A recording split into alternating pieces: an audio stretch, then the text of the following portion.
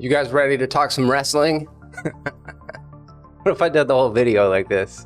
Hey, what's going on? I'm Jeremy, and last night's Royal Rumble was very oozy indeed. Yesterday I made a video where kind of hypothesized about who I thought would win and a couple of the surprise appearances that may take place during the Men and Women's Rumble, and that was about half right. Like, some of the stuff I said happened and other things not at all, and I'd say for the better. It's nice to be surprised every once in a while, right? Biggest surprise of the night, obviously, Jey Uso, the winner of the Royal Rumble, and I love this on so many levels. Obviously, Jey is just so incredibly over, despite the fact they've been calling him main event Jey Uso for, you know, the better part of at least over a year now, and he hasn't done all that many main events, and he loses a lot, and it hasn't slowed his momentum. People love to yeet, people love to do the thing, and it's so great to see it all happen on the television screen. I'm sure it's a incredible thing to see it when you're actually there live.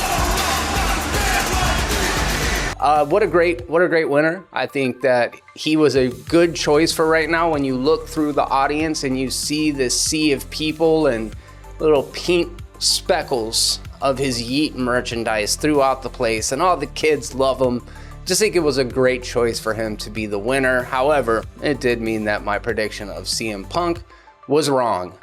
But there was a moment at the end of this Men's Rumble match that was just absolutely incredible. We got Roman Reigns, we got CM Punk, we got Seth freaking Rollins, and they're all just, you know, battling out years of history and frustrations, and this great storyline that's been building all just kind of comes to a head, and it felt epic. It felt epic. I really thought that the Men's Royal Rumble was good stuff. It was very good storytelling. It was incredibly resonant. And of all the people that I talked about, I forgot to mention that John Cena, he went the distance as well. It's at the end of the match. It's just him and Jey Uso. And there's this, you know, obviously they both want to win, but after the match, after Jey finally gets Cena out of the match, they have that mutual respect moment, and Cena puts him over. He lifts his hand in victory, and then he kind of just exits the ring and lets Jey have his moment, and it was very, very cool. I'm sure Cena will have his moment soon, but there's that thing at the end when it's these two good guys that people like both of them, and to see, you know, not really knowing who you want to win. It was very good drama, and I am here for it. I thought it was a great match, and I gotta say, Jimmy, Jey, and Roman are all hometown heroes. I hate that Roman gets announced as being from the island of relevancy now, unless they explicitly say that island is Pensacola Beach, which is, you know, probably not what they mean when they say that. And plus, he's not from Pensacola Beach, but it's like they used to say, from Pensacola, Florida, and all of the local people could get hype about that. It's not all often that you get a shout out for Pensacola. So the fact that they took that away and replaced it with the island of relevancy just kind of feels like a slap in the face, but that's not what we're talking about. The point is, Jey Uso won the Rumble. He also was here in Pensacola when Roman came and kind of called them off for their new destiny in the WWE, and it is always great to see local people get their shine, you know? So, loved that. Then the match between Kevin and Cody went as predicted. There's no way that Cody was going to lose the title. It was a good match. A lot of ladders involved. Yeah, I don't know. It didn't really move the needle for me in the way some of the best matches have. But I can honestly say it was a pretty good match. There was a couple of spots that were insane. One being a Alabama Slammer from Cody into a ladder that was positioned between the announce table and the ring. That was a brutal spot. There was one time when Cody came down on the little ladder. That was a brutal spot. Even that first spot where Cody got put through the little cross arm the ladder. Oh, and then Cody took off one of the steps at one point and was like bashing. To be honest with you, it was pretty fire. Now that I'm thinking back, it was pretty fire. There's some good stuff in there. There was the Women's Royal Rumble, which is what opened up the night, and there were some great spots in it, you know. Roxanne Perez, Liv Morgan, Io Sky all came out looking like $1 million.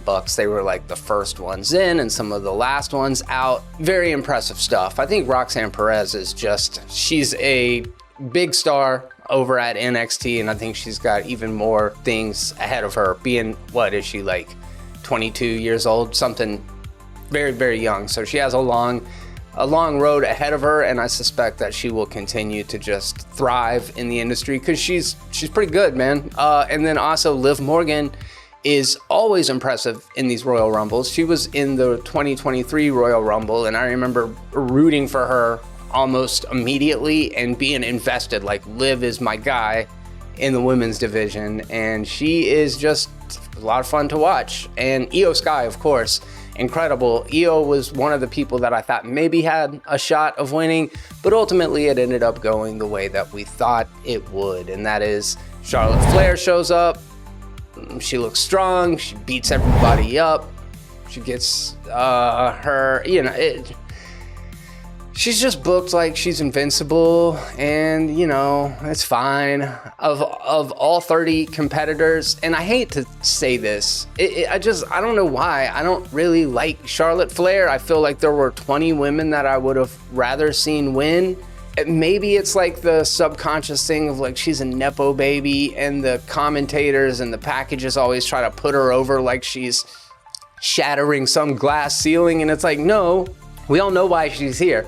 That said, that is completely dismissive of her skills and her abilities, because she's good. There's no debating it. She's good. She's very, very talented. She's just not my favorite of the wrestlers, and it was very predictable that she won. And sometimes predictable is okay, but at the end there, I'm just like, can somebody else win this? Roxanne Perez, let's freaking go, dude. Put her in WrestleMania. That would be so fire, but nope, didn't end up happening that way, and it's fine. We did get a return of Alexa Bliss, which was awesome to see. She got a massive pop when she came in, and she looks to be a member of the Wyatt Six faction. Who's that one wrestler? I guess I need to look it up real quick. Stephanie Vaquer. I'm not sure if I'm saying that last name right, but she made an impression last night. She seems super talented. She's got a cool costume or gear that she wears with the makeup and the horns. I thought she was dynamic and interesting, definitely eye-catching stuff going on there. So I will be keeping an eye out for her. Pure Fusion Collective just dominating things for a little bit. Bianca and Naomi dominating things for a period of time. It was fun to watch. What I will say, just as an overall critique, is that the women's roster is stacked with incredibly talented and charismatic stars. However, when you compare it to the men's, it's always going to feel secondary, and a big part of that is WWE Creative isn't investing the time into telling these rich and nuanced and dynamic stories. I feel like they're getting better and better, even in the short period of time that I've been watching. But the other thing is key is when you're looking in the ring and you're seeing John Cena and Roman Reigns and Seth freaking Rollins and CM Punk. These men have a literally decade-long history with each other.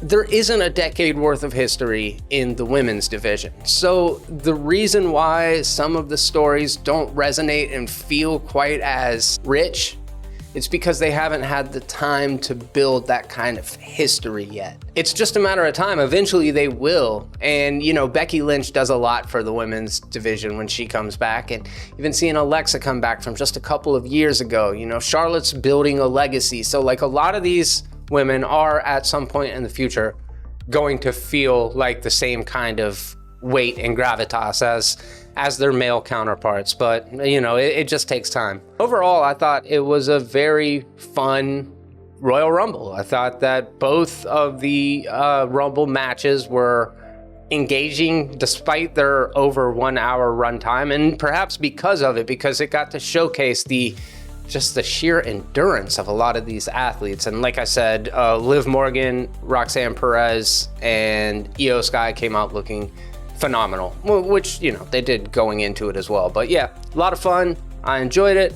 I don't know, like, if I should give it a rating or something. I do that with movies. I don't even feel like I need to. What I'm real curious about is what you thought about it. Let's have a conversation down in the comment section. Let me know your thoughts, and hopefully we can talk wrestling again real soon. Thanks a lot. I'm Jeremy, and until next time, be terrible.